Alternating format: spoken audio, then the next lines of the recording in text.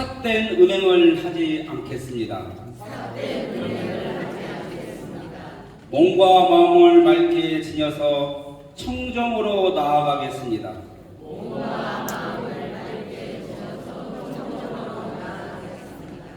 거짓된 말을 하지 않겠습니다. 정직하여 신뢰받는 말을 하며 진실로 나아가겠습니다.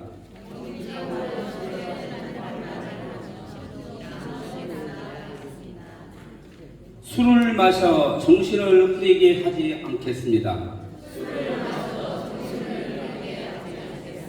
언제나 바른 집중을 호지하여 지혜로 나아가겠습니다.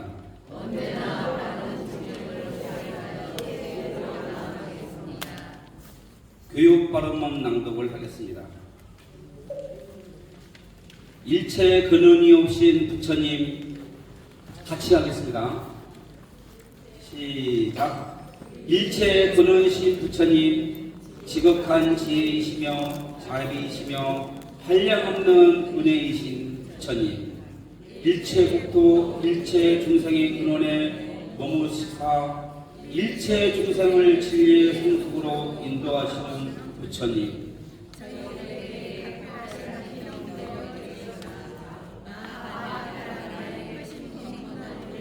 일깨워 주시고 불광목표의 밝은 등불로 전법 대열에 앞장서서 부처님의 광명을 온 누리에 밝히는 거룩한 사명을 실천하여 부처님 은혜에 보답해 하여 주심을 감사드리옵니다.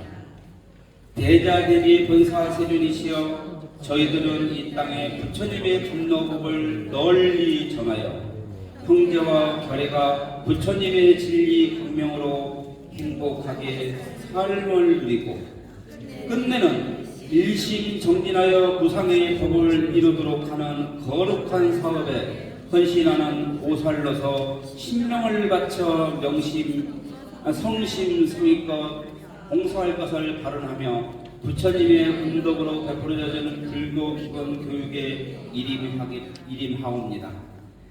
대자들의 부처님이시여 바라옵건대 저희들이 이 발언을 섭수하여 주시옵고 저희들에게 수없인 은덕 베푸사 본교 교육 과정을 원만히 수행하고 저희들의 발언이 성취되도록 가호하여 주시옵소서.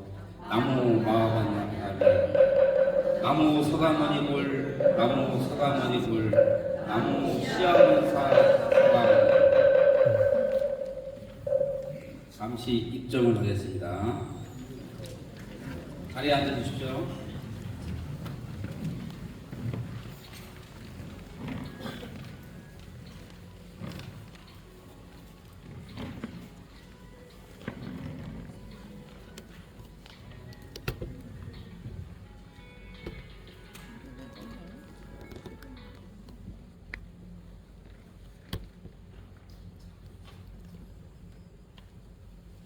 바로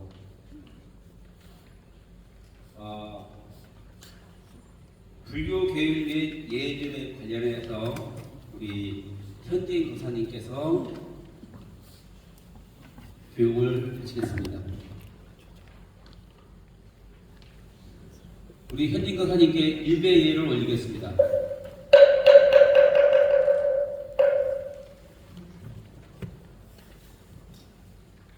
네, 반갑습니다. 오전 법회 끝나시고 여기 또 오신 거죠? 힘드실 텐데 그냥 안 가시고 오셨네요. 반갑고요. 오늘 이 거룩한 법당에서 여러분들하고 같이 불교 계율에 대해서 함께 생각해 볼 수 있는 기회가 돼서 상당히 기쁘게 생각하고 보람 있게 생각을 합니다. 저는 불광의 그 구도보호장을 역임하고 있는 현진입니다. 현진. 불광 법회장님 이름이 저하고 똑같습니다. 불광 법회장님은 라지 현진, 저는 스몰 현진.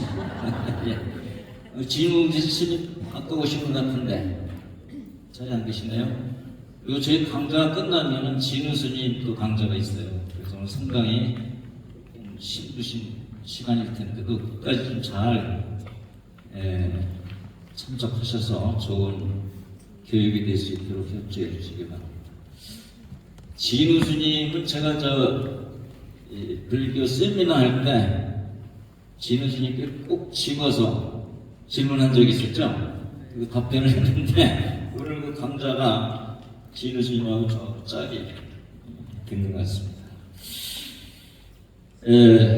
이 불교 계율을 하면은 좀 상당히 심리적으로 부담이 불교 계율이 아니라 일반적으로 종교를 선택하고자 할 때 이 계율 때문에 싫다, 종교하는 게 싫다 이런 분들이 많이 있을 수가 있습니다. 그래서 이 계율이라는 것은 어떤 그 종교에 있어서 그 종교에서 추구하는 목적지가 있죠.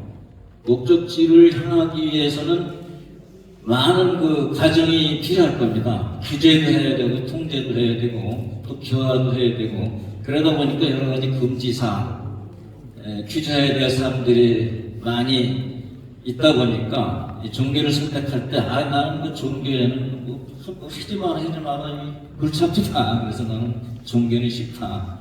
이래서 이제 종교를 선택하지 않고 그냥 종교 주변에서 평생을 지내는 분들이 많이 있는데, 종교는 계율은 그렇지가 않습니다. 상당히 일상적이고 편의하고 우리가 정상적으로 상식적인 생활만 하면 그게 바로 첨가 계율에 적용이 돼서 계율을 어기는 게 없어요. 그래서 그 점을 오늘 좀 참작을 하셔서 이 계율에 대해서 큰 부담을 갖지 않도록 그렇게 해주시기를 바랍니다. 보통 다른 종교에서는 그 계율하면은 어떤 교주가 어떤 신의 계시라든지 어떤 종교의 그 교주의 권위자가 위에서부터 내려올라가지고 이러이러한 것을 해서는 안 된다 하고 아예 종교의 시발점부터 계율이 정해집니다. 그러죠? 대표적으로 기독교 같은 경우 그렇죠. 나의 것을 믿지 말아라 해가지고 거기도 10계명이 있고요. 우리 불교 계율을 오다가 보니까 불교 계율과 비슷한 것들이 여러 개 들어가 있긴 한데 좀 더 일방적이에요. 그것이 전부 다 어떤 신의 계시에 의해서 주장하는 거다. 아니면 그 종교의 교주가 권위를 가지고서 일방적으로 통제하는 강제하는 수단으로 사용하는 게 이 바로 계율이라는 그 선입관이 있습니다. 그런데 불교는 대단히 그렇지가 않습니다. 그래서 그 점에 대해서 좀 같이 생각을 해보고 이해를 할 수 있는 시간을 갖도록 하겠습니다. 여러분들 이거 교재 다 받으셨죠? 이게 교재 받으셨는데 이게 좀 양은 좀 길어도 내용은 간단합니다. 그래서 쉽게 설명을 할 테니까 그 원고는 집에 가서 또 읽으시든지 버리시든지 하셔도 좋겠습니다. 얘기만 잘 들으시면 되는데요. 이 원고를 쓰기 위해서 제가 며칠을 썼다 했어요. 그게 제일 먼저는 그 제일 첫 번째 계율의 제정이라는 파트의 글이에요. 이게 잘 안 써져. 아무리 읽어봐도 이해되지 부분이 있고 그런데 그럭저럭 잘 정리가 된 것 같아서 그냥 이렇게 여러분들한테 교재로 나눠드렸습니다. 이 부처님의 그 불교의 계율은 위에서부터 내려서 어떤 교주가 권위적으로 이렇게 하지 말라 한 게 아니고 밑에서부터 공동생활을 하다 보니까 이게 필요하다. 이런 규제가 필요하고 이렇게 해서는 안 되겠다 하는 사람들이 생길 적마다 계율이 하나씩 정해지고 있습니다. 그래서 좀 보면은 이 초기 그 교단의 출가자들이 있었죠. 초기 교단이라야 뭐 교단이랄 것도 없습니다. 아약 교주녀 등 5픽으로 불교가 시작이 됐죠. 바라나시에서. 그리고 그 이후에 가섭 사명자가 1000명의 신도들을 데리고 부처님께 귀화를 하게 됩니다. 그때까지는 몇 명 안 돼요. 몇십 명, 200명, 그 정도의 출가자들이 있으면서 어떻게 생활했느냐? 수하석상이다 그랬어요. 나무 아래, 바위 위에서 자고 먹고 명상하고 이런 수행을 한 거예요. 그때 당시 초기 불교에서는 사의 네 가지를 의지해서 생활한다는 게 있었답니다. 관념적으로. 그게 뭐냐면 첫째는 걸식을 한다. 걸식. 다 아시죠? 부처님 당시에는 전부 다 불제자들이 걸식을 했습니다. 두 번째는 분소일을 입어야 된다. 분소일이라는 게 뭡니까? 분자가 대변 분자가 그러니까 남이 버린 거, 시체를 쌌던 거 못 쓰는 천을 기워서 입고서 수행을 해야 된다는 겁니다. 근데 지금 스님들 그 가사가 그런 거예요. 가사가 거기서 열어야 되는 겁니다. 근데 스님들 가사가 우리 일반 소민들이 입는 것보다 더 비싼 게 많아요. 그죠? 조금 좀 그게 잘못 인식이 된 거다. 가사에 대해. 그래서 분소회를 입고 수행을 한다. 그러니까 절대 좋은 옷을 뭐 구해서 입다든가 사서 입는다든가 얻어서 공양을 받아서 입는 게 아니고 분소회를 구해서 기워서 걸쳐서 수행을 한다. 그 다음에 지붕이 없는 나무에서 자고 먹고 명상하고 한다. 이게 불분일했다는 거예요. 그리고 마지막에 네 번째는 뭐냐면은 그 진기약이라는 말인데 저도 그 용어를 잘 모르겠더라고요. 뭐냐면 소나 말에 배설물을 발효시켜서 만든 약으로 병을 치료하고 수행을 한다. 그래서 네 가지에 의지해서 생활한다고 합니다. 근데 이 네 가지에 의해서 생활하는 게 아무 불편이 없었어요. 왜? 인원이 적고 인원이 적다 보니까 부처님을 가까이서 모시게 되다 보니까 신심이 지극하니까 아무 문제가 없었던 겁니다. 그렇겠죠? 이런 그 인도의 그 불교 그 분위기를 보면은 이거 좀 상당히 낭만적인 거 아닌가 이런 생각이 들어서 참 다음 생에도 출가를 하게 되면 이렇게 멋있게 낭만적으로 살았으면 좋겠다는 생각을 하게 됩니다. 저는. 그런데 낭만이 아니겠죠. 상당히 힘든 그런 생활이었는데 그래서 그렇게 아무 문제가 없는 생활 속에서 또 그 후일에 그 스님들이 그 기회를 받으려면 그 상당히 많은 기회를 받아요. 250개, 348개 그런 기회를 받으면서 비구가 되고 비구니가 되는데 그래서 그걸 비구계라고 그러는데 그 비구가 되려면 상당히 많은 시일이 그 소요가 되죠. 그 몇 년, 옛날 같은 몇 년 무슨 행자 생활을 하고 교육을 받고 그래서 연비를 해서 수계를 하고 이제 그래서 그 부처님 제자가 되는 과정이 좀 복잡하고 지난하죠. 근데 그때 당시에는 거룩하신 부처님께 기회합니다. 거룩한 단마에 기회합니다. 거룩한 성단에 기회합니다. 하고 부처님께 다짐만 하고 신심만 보이면 부처님이 어서 오라 비구여 이러시면 그냥 비구가 된 겁니다. 그때 당시에는. 그러니까 아무 계율이라는 게 뭐 제약을 하고 번거롭게 생각하고 그런 것들이 없었어요.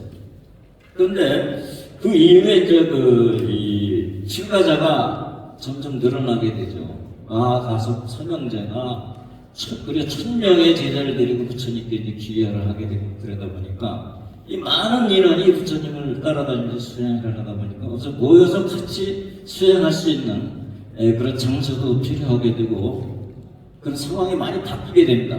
그래서 그때 생긴 게 이제 빈비사라 왕이 그 중림정사를 지어서 부처님께 바치게 됩니다.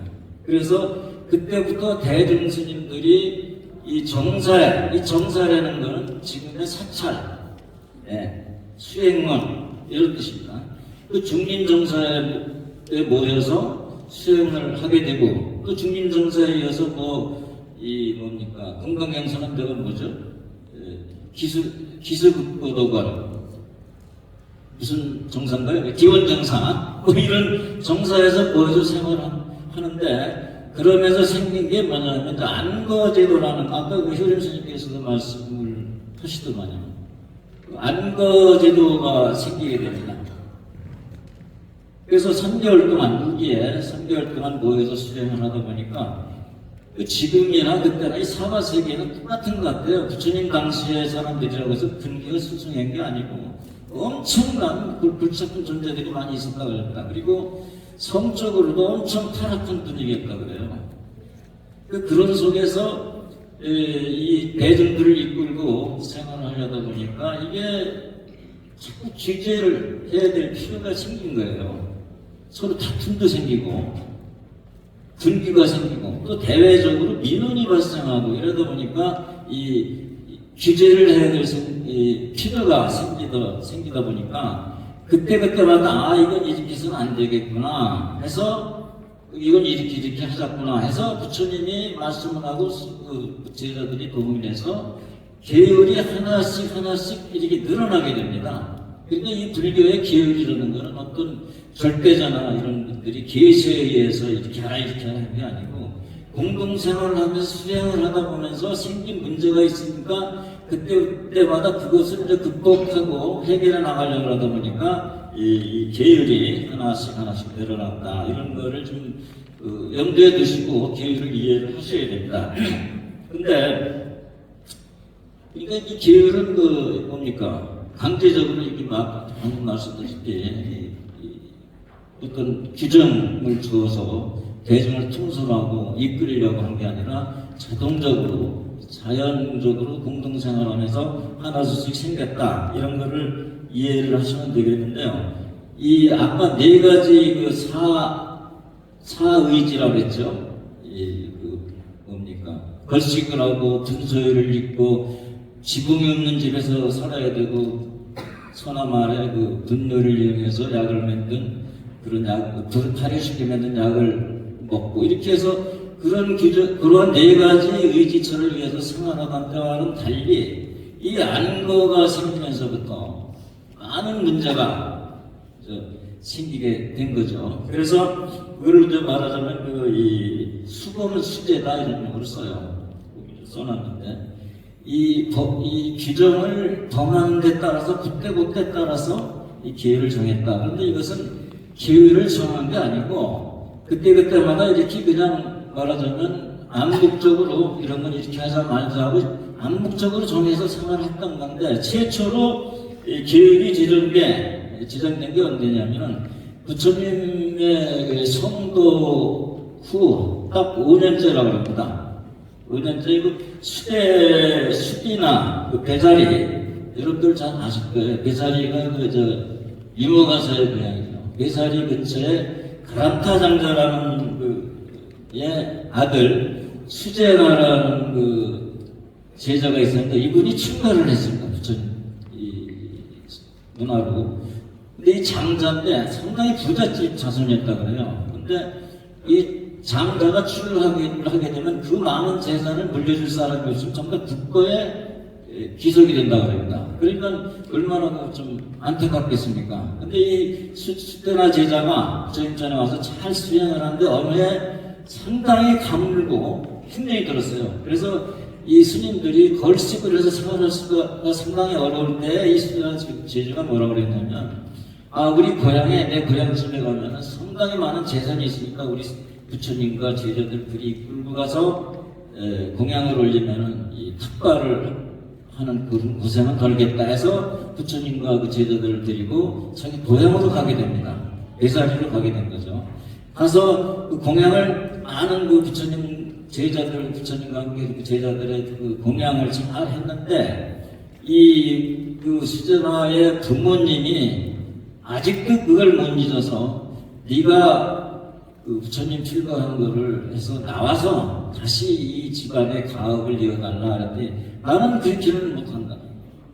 부처님 법이 얼마나 거룩한다 내가 그걸 버리고 다시 이 집으로 돌아올 수 있겠느냐. 그러면 이 자식이라도 하나 나달라.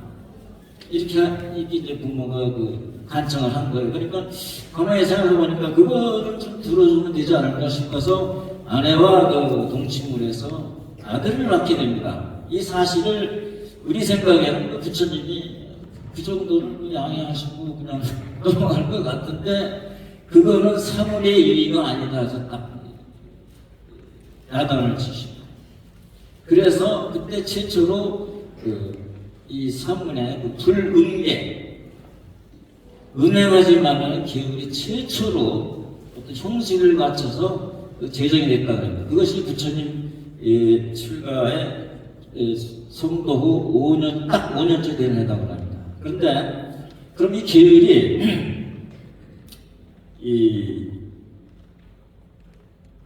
좀 빠졌습니다. 그 안거 생활을 하면서 여러 가지 뭡니까 계획이 제정이 되다 보니까 이것을 점검해야 되고 참여해야 되는 의식이 또 필요한 거예요. 그래서 여러분들 잘 아시는 포살과 자자라는 참여 의식이 그때 생긴 겁니다. 근데 지금 포살은 전통적으로는 보름날하고 금음날 한 달에 2번씩 하게 돼 있어요. 근데 우리는 그냥 법회 여건상 첫째 주 일요일 법회 때 포살을 하죠. 내용은 비슷합니다.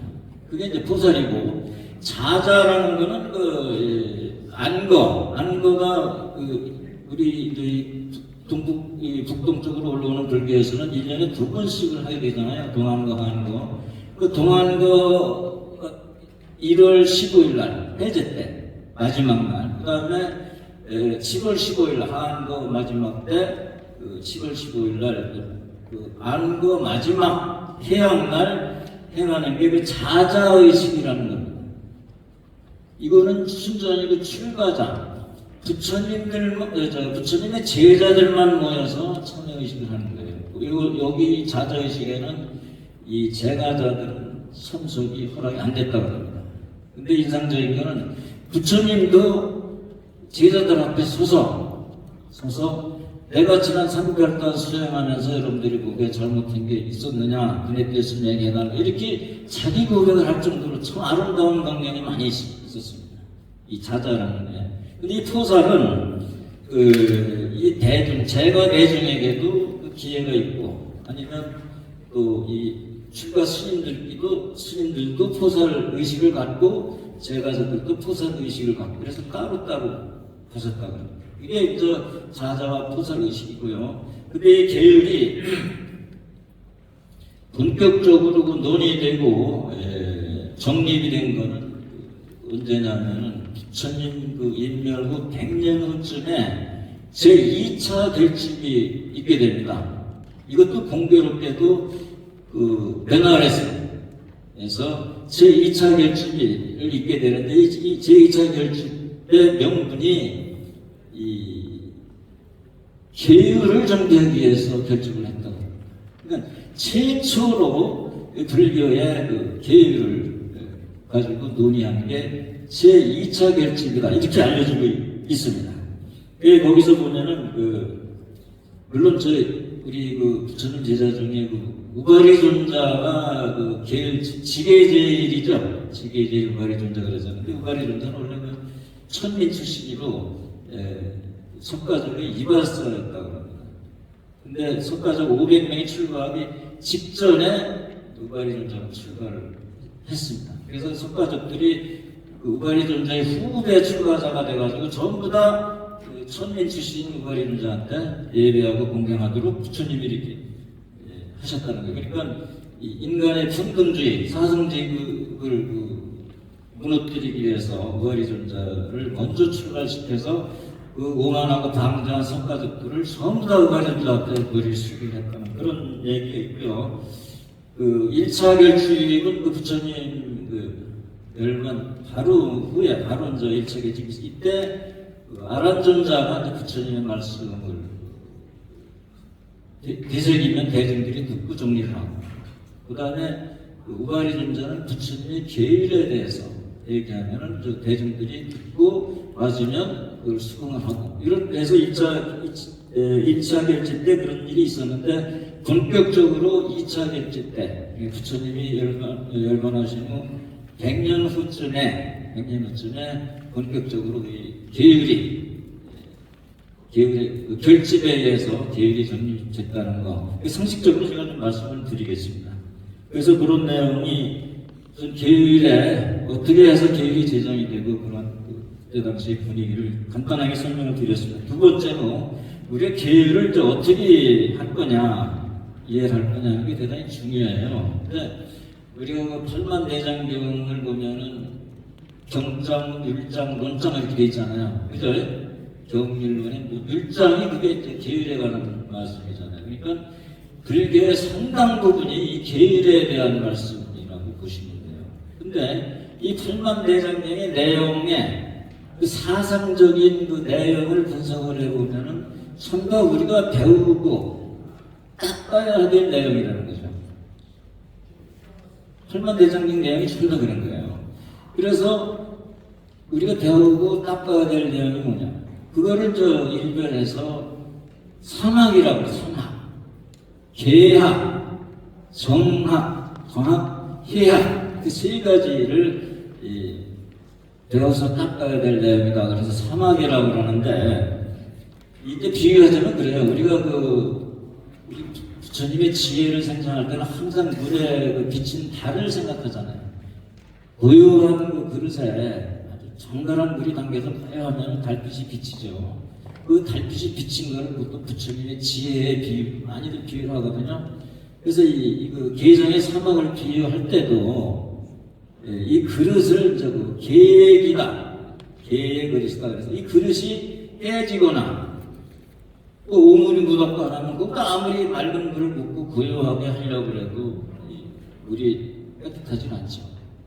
그래서 우선 그 계획 그릇인 그릇을 깨끗하고 청정하게 닦고 수행하는 것이 이제 계다 이렇게 보는 거고요. 그 다음에 정학, 해학은 우리의 마음을 고요히 해서 마음속에 있는 부처님의 지혜를 드러내는 것, 그것이 정학, 해학이다 이렇게 보는 겁니다. 그러니까 설만대장경의 많은 부분이 전부 계정의 사막인데 그 중에 그 계학이라는 우리들의 그 몸과 각별이 이 두 가지를 경계하는 거기에 대해서 경계를 해서 수행, 정학과 해학을 이루기 위해서 경계하는 것이다. 이것이 계율이다 이렇게 이해를 하시면 되겠습니다. 지난 8월 달에 제가 여기서 똑같은 이 계율에 대한 말씀을 하면서 어떻게 말씀을 드렸냐면은 우리가 집과 마하바냐 마음의 영성을 해도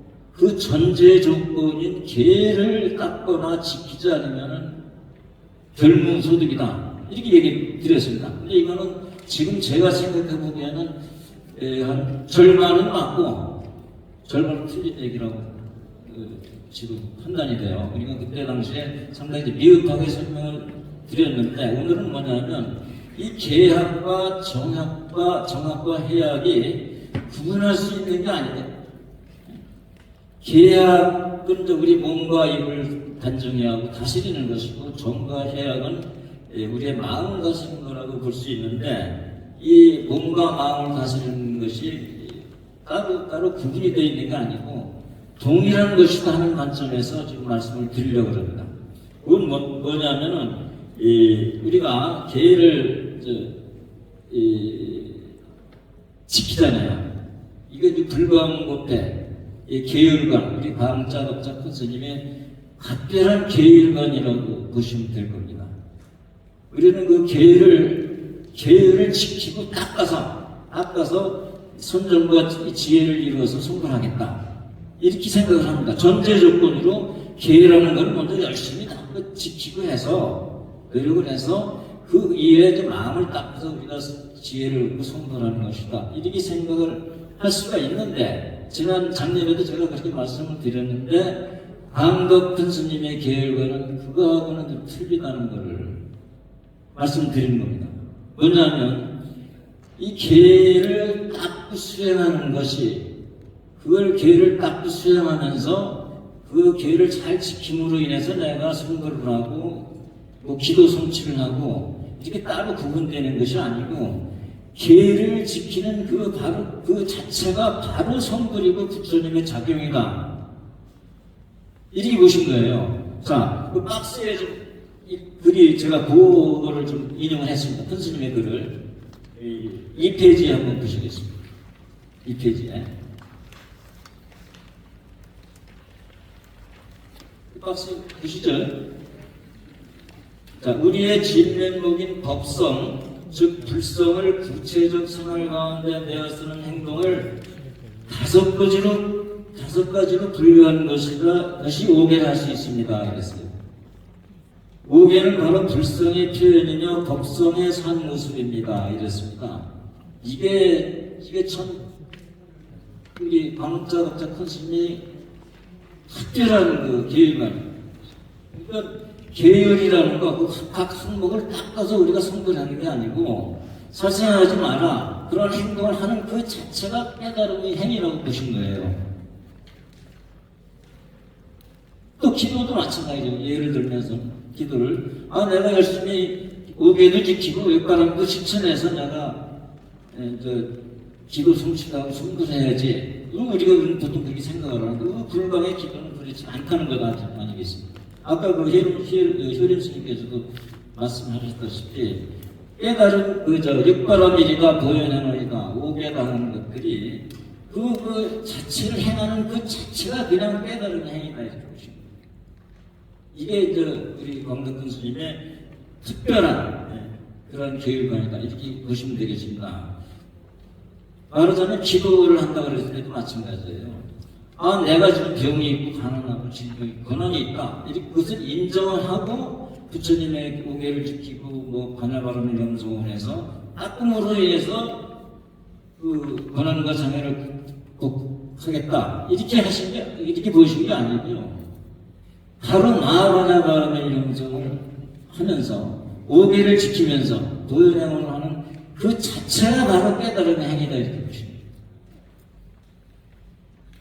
그러니까 그렇게 그러한 관점에서 마하바나바라의 명성을 하고 오계를 지키는 것이 그게 빠른 것이지 나는 이제 병자고 가난하고 고난과 장애가 많다는 것을 인정을 하고 내가 열심히 닦아서 그것을 이루겠다 하면은 상당히 힘들고 미래에 올 것이니까 아예 포기를 할 수도 있고 그런 거죠. 그래서 이러한 광덕스님의 계율만이 그렇다 하는 것을 여기 이해를 해주시면 되겠는데 참 이해가 안 되시나요? 제가 너무 어려운 걸 얘기합니다. 여러분들 아침 예불 할 때 오분양 예불 있죠?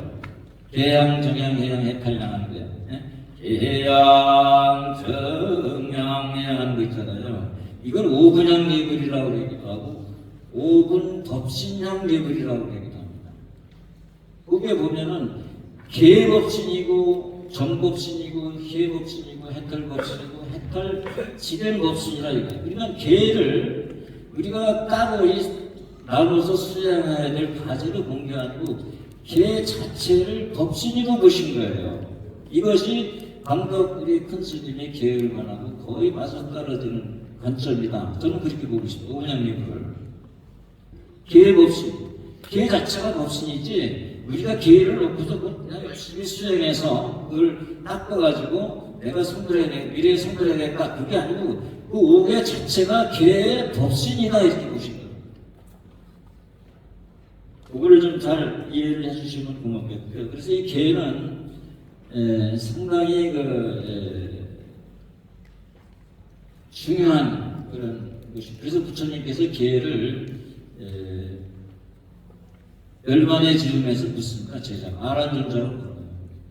소가모니 부처님이 열반하신 뒤에는 스승이 없어졌는데 무엇을 의지해서 그 스승을 삼겠습니까? 하니까 이 계의사다. 계로서 스승을 삼으라고 합니다. 그러니까 이 계가 우리들의 스승이에요. 소가모니 부처님 스승. 내 후신이라고. 이 보라는 뜻이고 의미를 이해할 수가 있습니다. 부처님이 안 계신 시대에는 이 계로서 부처님을 부처님으로 알고 소가모니 부처님으로 알고 스승으로 삼아라 이러한 말씀이 계셨습니다. 그러면 이 계를 지키는 공능, 이 공능이라는 어떤 공덕, 결과, 효능 이런 말씀드리는 건데 제가 이 공능에 대해서는 여러 가지 말씀들이 많이 있는 걸 다 적을 수가 없고 그래서 그 수배의식문에 나와 있는 내용을 좀 그대로 여기다 옮겨놨으니까 잠깐 좀 보시기 바랍니다. 이 페이지 아래 계는 그 생선멸악의 기본이 되고 추범립성의 정자가 됩니다.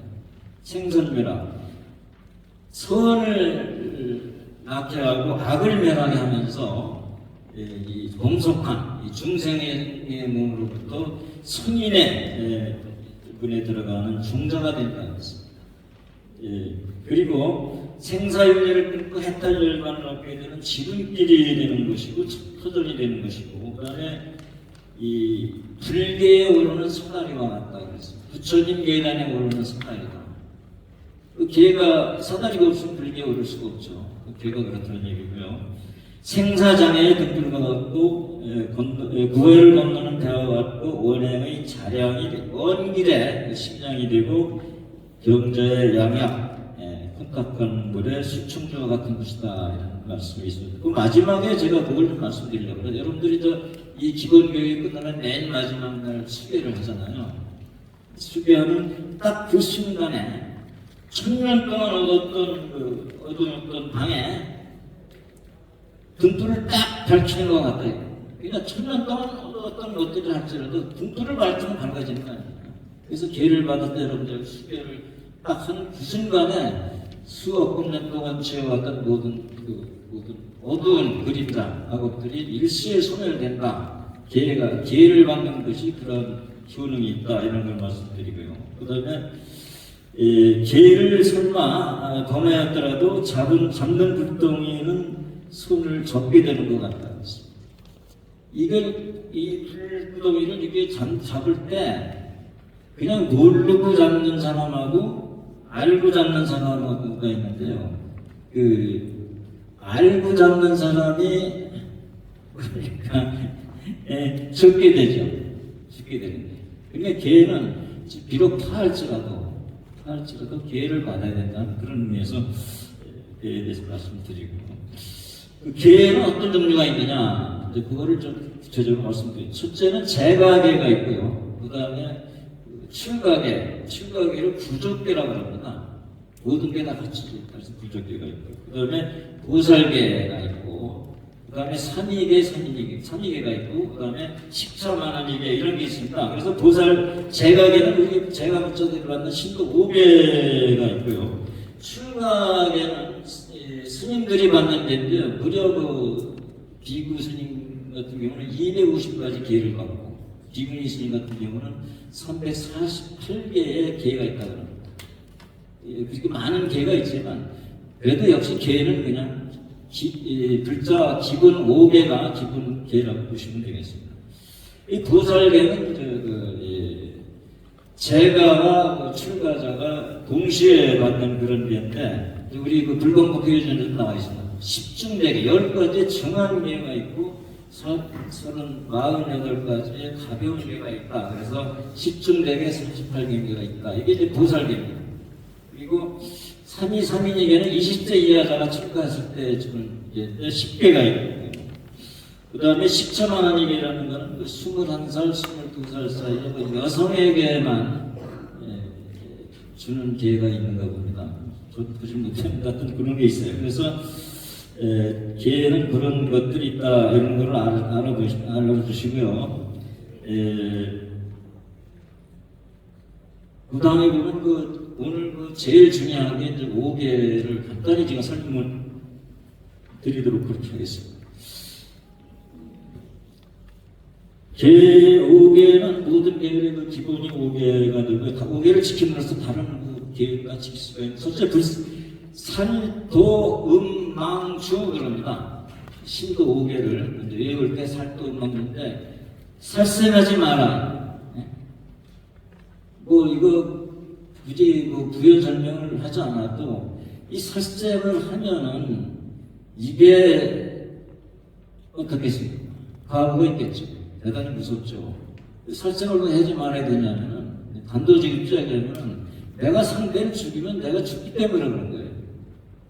그래서 살생하지 말라는 뜻입니다. 이 살생을 하게 되면은 자비의 정도가 끊어진다는 거예요. 내가 죽인 상대의 생명의 자비 정도가 끊어진다는 뜻보다 내가 부합해지잖아요. 살생을 하게 되면. 그래서 나의 자비의 정도가 끊어지고 그 다음에 도적질을 하지 말아라. 이거는 이제 복독의 정도가 끊어진다. 그 다음에 사음은 청정정자가 끊어진다는데 이 사음이라는 것은 제가자는 사음이라고 그러고요.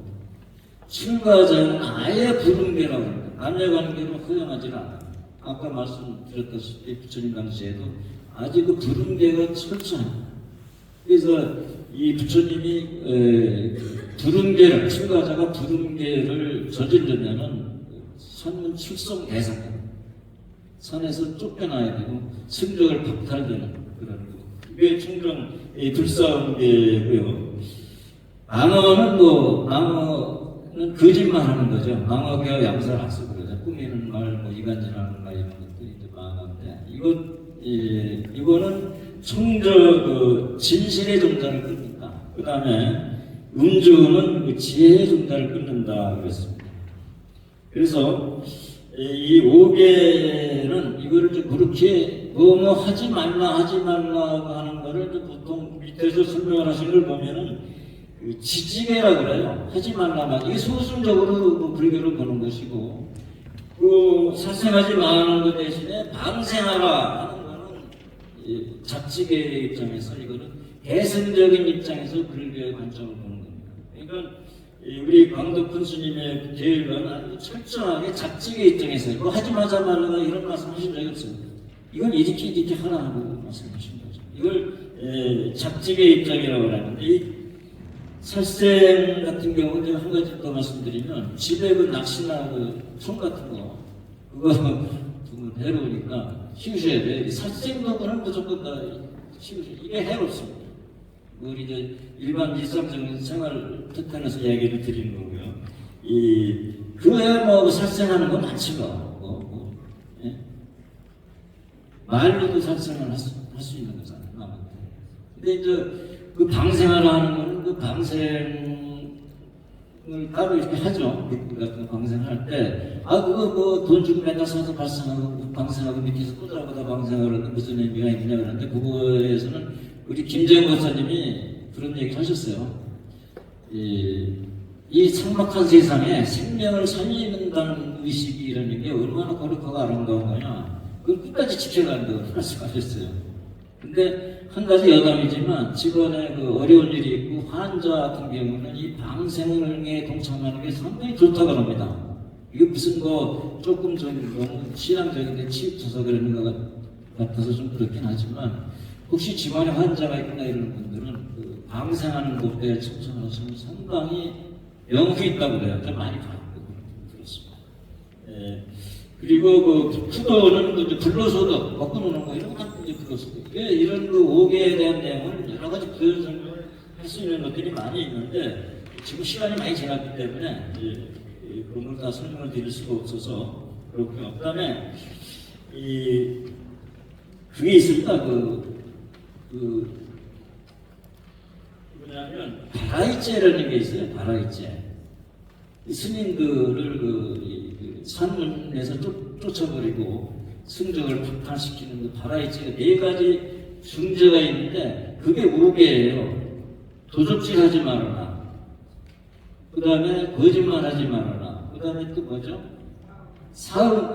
음행하지 말아라.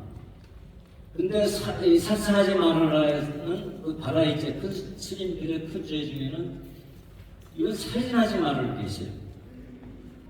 그래서 이 4가지를 보면은 스님들이 승적을 박탈당하는 죄다 그래서 바라이제라고 그러는데 우리 불광사 스님들 중에 많이 해당이 되죠. 네, 우리 그 응징에서 쫓아버려야 돼요. 우리가 모실 수 있는 게 아니에요, 이분들은.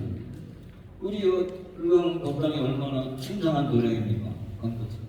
그 용성조사, 동산조사의 개인에게 그러는 사람들 왜 하필 여기 와서 꿈을 잡고 대접을 받으라고 그러시나요? 우리 그거 용납할 수 있겠습니까? 없는 거죠. 그거에 대해서 길게 얘기할 수가 없어서 이렇게 말씀드리고요. 이 출가자가 갖는 계율 중에 첫 번째가 불음계예요. 불음계. 그리고 나머지 계의 첫 번째는 전부 다 불사세계로 나오거든요. 그러니까 부처님께서 이 출가자에 대해서는 남녀관계에 대해서는 엄청나게 엄격하게 통제를 하신 거예요. 이게 범하게 되면 이거는 수행을 할 수가 없고 성불할 수가 없다고 보신 거예요. 그런 측면을 이해하시면 되겠습니다. 그리고 지범대차라는 말을 들어보시죠. 지범대차. 이 계율은 절대적으로 이게 지켜야 되는 것이 아니고 상황에 따라서 융통성에게 적응해 나가라 하는 게 지금 개척법입니다. 진이고 공하고 열고 닫다라는 뜻이거든요. 그래서 보통 나눠 줄여서 개척법 얘기를 하거든요. 예를 들어서 그 많은 어떤 그 북군이 어떤 범죄를 저질러서 많은 사람들을殺傷하게 돼 있을 때는 그 북군을 죽여서라도 이 많은 대중을 살려야 되겠죠. 그래서 그 사람을 살상하는 것은 이게 범죄가 아니라는 거예요. 범죄가 아니라는 거예요. 그리고 예를 들어서 또 신의하고 옳게 간에 서로가 사이가 나쁜데 신의가 한 말을 그대로 옳게한테 하고 옳게 한 얘기 그대로 신한테 하면 되겠습니까? 거짓말을 해도 파악하는 말을 해야죠. 그건 거짓말을 했다 할지라도 그거는 범죄가 아니다. 이제 그렇게 보시는 거고요. 그 특별히 내가 좀 시간적으로 쫓겨가지고 말씀을 여러 가지 못 드리겠는데 이 뭡니까 사음에 관한 거는 이렇습니다. 이 제가자들도 이게 자기 부인, 자기 사랑하는 여인 이외에는 속초를 그 말을 예를 들어서 이웃집 남자가 멋지다, 멋지다고 볼 수 있는데 이 가슴이 두근거린다. 이거는 좀 문제가 있는 거죠. 그러니까 남의 집 남의 집 여자는 절대 보지 말아요. 이거는 아주 불행해지는 싫어하시죠. 왜? 오개를 어기기 때문에 그런 거예요. 이거에 대한 얘기가 참 많은데, 그렇습니다. 그리고 그 오개 중에 4가지는 성계죠. 그 자체가 범죄가 돼요. 사칭하지 마라, 도둑지 마라, 하지 마라 이런 것들. 근데 마지막에 술 먹지 마라는 사계라, 술 먹는 것 자체는 범죄는 아닌데 이 술로 인해서 나머지 4개를 범하게 되는 거죠. 그래서 그런 경우는 그 차계라고 그러는데 이 술 먹는 것을 상당히 조심해라는 뜻이에요. 막아야 되고 경계해야 된다는 뜻이거든요. 그러니까 그 우리 계율을 설할 때 술 마셔서 취하지 마라 이러는데 그 술 마셔서 티 안 취합니다. 오늘 여기 오시는 분들 중에 고사님 마시면 그러세요. 예? 그래야 오늘 교육 받으러 오신 보람이 그래야 가정도 행복해지고 건강도 지켜지고 국자로서의 어떤 일상도 챙겨지게 되는 거라고 생각합니다. 자, 4번째 조금 빨리 하겠습니다. 스트래티지 보시겠습니다. 제일 중요한 건 이건 그 1번 기본교육을 받으시고 맨 마지막에 이제 수계 시급하게 될 겁니다. 그래서 소정의 일단 교육을 받고 나면 어느 단체든지 이제 기회를 주게 되는데 이 수계함으로써 이제 글자가 되는 거예요. 수계하기 전에는 글자가 아니에요. 내가 기회를 받음으로 인해서 그때부터 글자라고 볼 수가 있고 이제 글자가 되고 나면은 이제 법도 구에서 읽을 수가 있고 우리 법동에도 당당하게 참석해서 활동할 수가 있고 법회 임원이 돼가지고 뭐 명분도 될 수 있고 다 될 수 있고 기회를 받으셔야 돼요. 그러니까 이 교육 마지막 때는 꼭 한 번도 빠짐없이 기회를 받으셔야 돼요. 그리고 기회를 받게 되면은 그 계첩이 있죠. 불명을 받게 돼요. 자기가 태어나서 부모님한테 이름을 받은 거에 부처님한테 이름을 받는다는 것은 대단히 기쁘고 환희로운 일이에요. 저는 너무 기뻤어요. 선진이라는 본명을 받을 때. 그리고 불명을 받으면서 이제 계첩을 이제 받게 되죠. 근데 그 계첩을 받고 불명을 받는다는 것은 계사 스님이 정해진다는 거예요. 계사겸 은사 스님이 정해진다. 우리에게는 수많은 선생님들이 있습니다. 뭐 또 기능을 가르치는 선생님도 있고, 역사, 철학, 무슨 뭐 어떤 윤리, 이런 우주 과학 이런 것들 가르치는 선생님들이 많이 있지만 우주 인생의 근본 진리, 내 인생의 근본적인 진리, 길을 가르쳐주고 안내해주는 분은 불교의 은사죠. 이런 분을 내 생에 최초로 만나는 순간이 수계하는 순간이다 이렇게 보시면 돼요. 그러면 우리 불광에서 계를 받으시고 하시면 계사 스님이 뭐 누가 되시고 누가 은사가 되고 그런 거죠. 그러니까 나에게 새로운 내 평생에 내 다음 생에까지도 내 인생의 길잡이가 될 수 있는 스승을 최초로 만나는 아주 기쁜 순간이 수계하는 순간이다 이렇게 생각을 하시면 되겠습니다. 그래서 기회를 받을 때는 뭐 그래요. 일체 중생을 제거하겠다는 소원을 가져야 되고, 그 다음에 어떤 소원, 내가 승부하겠다는 소원을 바라고 부리심을 바라야 된다. 진심으로 참여하고 부처님께 감사하고 불법을 전해야 되겠다는 사명과 결의가 있어야 된다. 이런 자격을 마음을 가지고 계를 받으셔야 된다. 우리 기본교육 끝나고 다 끝날 때 그때 받으셔야 돼요. 그 계는 그 팔씨라도 받으라는 거예요. 언젠가는 인연이 되지 않겠습니까? 지금 내가 이런 말이 있어요. 앉아서 길을 받고 서서 파할지라도 계를 받으라는 거죠. 그렇게 부처님과의 그 인연을 상당히 소중하게 생각하는 거예요. 부처님이 여기 연비를 딱 하면서 불명을 지어드리고 은사를 정해주고 해서 연비를 딱 하는 순간에 내가 이제 어떤 새로운 나에게 씨앗이 심어졌다. 금생에 다 타할지라도 언젠가는 그 씨앗이 타서 나에게 내 인생에 진함이 될 수 있고 불자가 될 수 있을 것이다. 그래서 계는 꼭 받아라. 그래서 계는 상당히 중요한 그 다른 데서 계를 받아서 불명이 있다. 그 계를 여기서 또 받으셔도 됩니다. 아셨죠? 그렇게 하시면 되겠고요. 그러면 자 우리가 계를 받고 불명을 얻었습니다. 그럼 어떻게 되겠습니까? 이제 법에 오면은 영수가 숙자, 순자, 길동아 이렇게 부르면 안 돼요. 그죠? 전부 다 누구 보살, 누구 보살, 누구 거사님 이렇게 불러요. 여자분들께는 보살님이라고 부르고 남자분들은 것들은 거사님이라고 불러야지 그 속세의 세속의 이름을 부르시면 안 된다는 얘기예요. 이렇게 하시면 되겠습니다.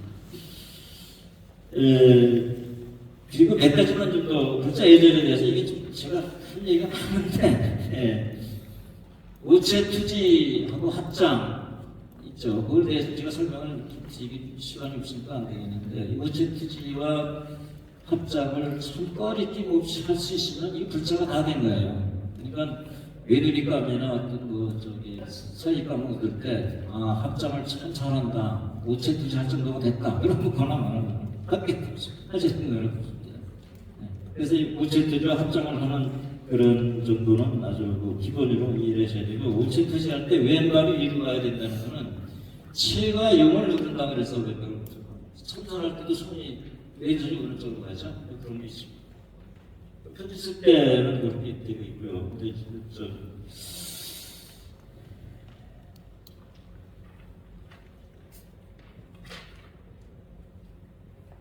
한 가지만 더 몇 가지 말씀드리겠는데요.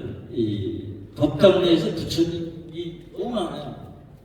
그럼 그분들이 다 절을 해야 되느냐 이런 문제가 있을 수 있고요. 법당 내에 올라가면 각 전가가 엄청 많죠. 그 법당을 가서 다 참배할 생각만 해도 이게 거리 앞에 좀 이게 맥이 빠지면서 너무 힘들어서 절에 못 가게 되기 때문에 그렇지 않으셔도 됩니다. 그 절에 죽을 전에 가서 죽을 부처님께 삼배 올리고 거기다 불전 놓으면 그 도량대에 있는 모든 권속들에게 예감하게 되고 다 공양하게 되니까 너무 스트레스 받아서 다 참배하려고 힘들게 생각하지 마시고 죽을 전에만 가서 정상껏 하셔도 된다 그런 뜻이고요. 법문을 들 때 현해상과 관문상이라는 게 있어요. 이게 참 중요한데 법문을 들을 때 이 법문이 너무 어렵다 하는 게 현해상이에요. 내주제 그거 이해하나 이렇게 하지 마시고 어렵더라도 자꾸 듣다 보면 터득된다는 게 이제 현해상이에요. 그렇게 알고 들으시라고. 그러면 이거 너무 쉬운 거예요. 교수님은 너무 실력 없으니까 맨날 그 소리만 한다 이렇게 생각하지 마시고 그래도 내가 그걸 실천해야지 하면서 계속 듣고 자꾸 들으라는 게 현해상. 그러니까 현해상과 관문상을 내지 말라. 뜻으로 법문 듣는 법이 있고요. 한 가지만 더 말씀드리고 끝나겠습니다. 이제 앞에 나설 기회가 없기 때문에 여러분들 발언문 할 때 있죠? 발언문 할 때 첫 소절이 끝날 때 목탁을 쳐줘야 돼요. 첫 소절이 예를 들어서 이없는 길에서 영하시고 법성강변하사 또 유심력을 이수하고 일심정성 정진하며 간절한 기원을 드리옵니다 할 때 여기 명등부사님 혹시 계실지 모르겠네요. 그래서 아쉽고 여기서 듣고서 어디 돌아가시게 되면 다른 맹강진들한테도 알려줘가지고 일심정성 정진하며 간절히 합장 기원 드리옵나이다 하고 길게 건배성으로 누려줘야 돼요. 그래서 거기서 목탁을 한번 꽤 거기다가 이치를 붓고서 합장 기원이라고 이렇게 써주면 좋은데 그렇지 않고 해서 보면 우리 목탁에서 보면 늘상 아무 데서나 목탁 시켜가고 그러니까 그걸 좀 시정해 주십사 해서 뭐다 해놨는데 구체적으로 좀 시간이 없어서 설명을 드리겠습니다. 시간이 조금 한 10분 정도, 한 7, 8분 정도 뭐가 돼? 예? 잘안 들려요. 많이 지났어? 네. 그럼 마치겠습니다. 죄송합니다. 시간 남았습니다. 네.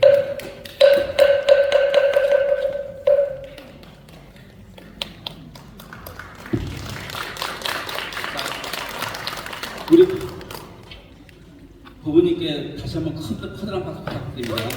고맙습니다. 84,000가지 법문을 단 50분 만에 다 마쳤습니다. 대단하십니다. 자, 잠시 10분 동안 쉬겠습니다. 그 뒤에 가면은 과일하고 간단한 음료수가 있으니까 드시고 지금 35분이니까 45분까지